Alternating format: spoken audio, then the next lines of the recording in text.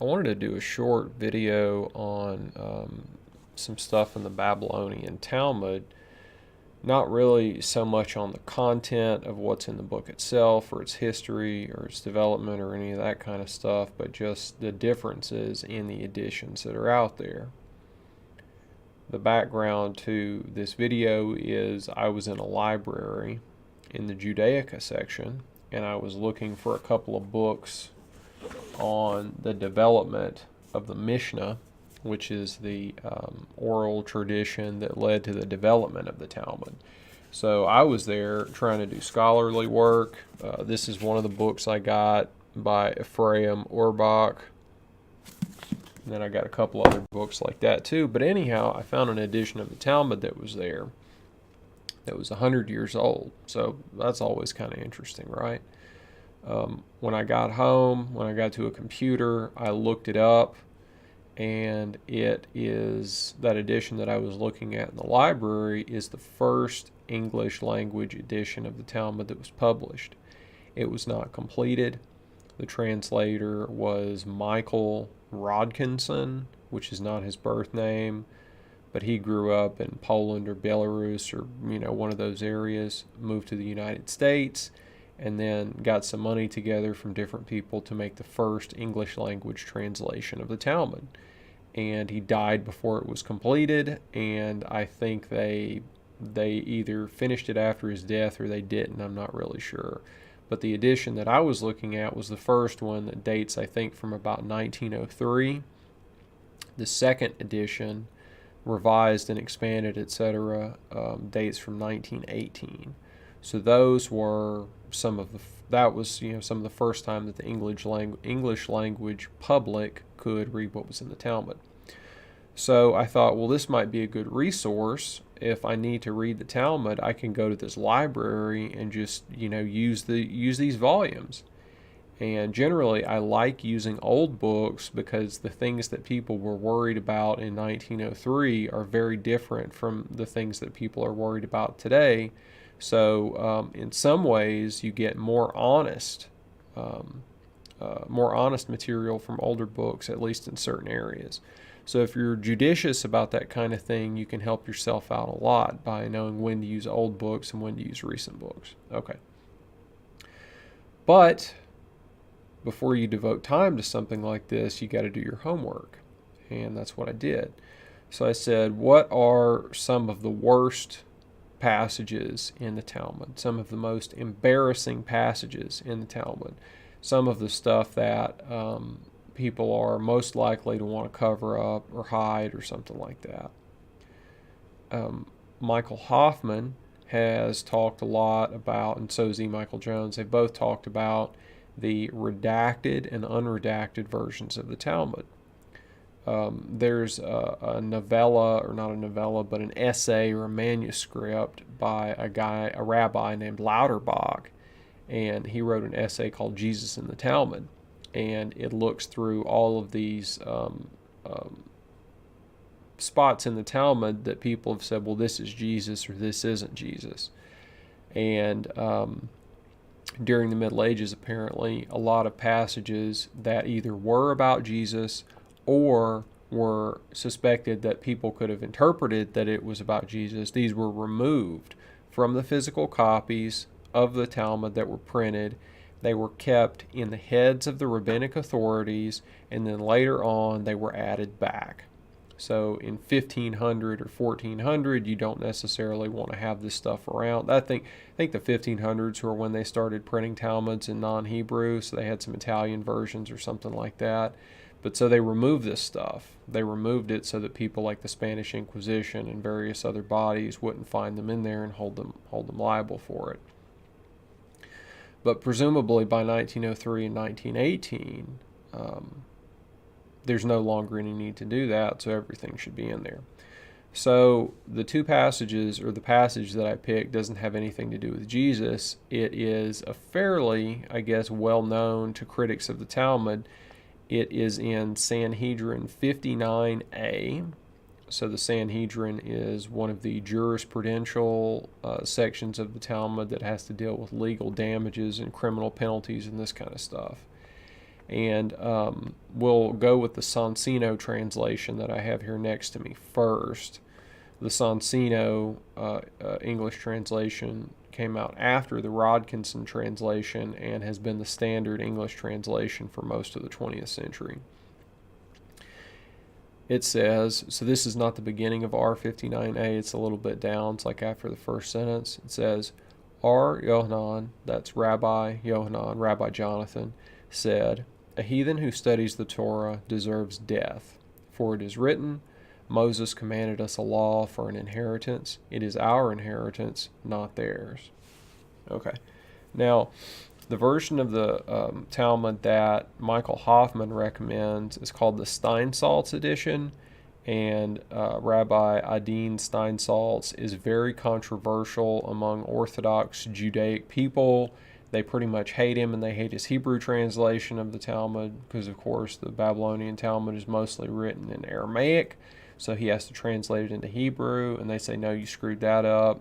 And then he translated it also into English. From 1989 to 1999, he produced, 15 volumes of it. I think they might have made it halfway through the Talmud, translating it into English, but then that was canceled. They stopped it, and Random House just said, we're done with this. And it seems like that happened because of the huge amounts of criticism that Steinsaltz was getting from all of the big shot researchers, Jewish researchers on the Talmud and translators of the Talmud, who all said that Steinsaltz doesn't know what he's doing. So that project ended, and there was Sanhedrin was published in the Steinsaltz edition, but I can't get a hold of it. So the best alternative is something that's called the Davidson translation that's online at Sefaria.org, and I'll put the link to it in the description. It's actually also translated by Steinsaltz, and it's the same edition that's used in the Koran translation that you can buy. That was a big new translation that came out sometime between 2012 and 2015, but you can read the whole thing online for free. So a Jewish industrialist from Illinois or something like that paid for all this, or it was part of his bequest after he died. So I'm calling it the Koren Steinsaltz Davidson translation, and you can get it on Sefaria.org. So this version says, and Rabbi Yohanan says, a Gentile who engages in Torah study is liable to receive the death penalty.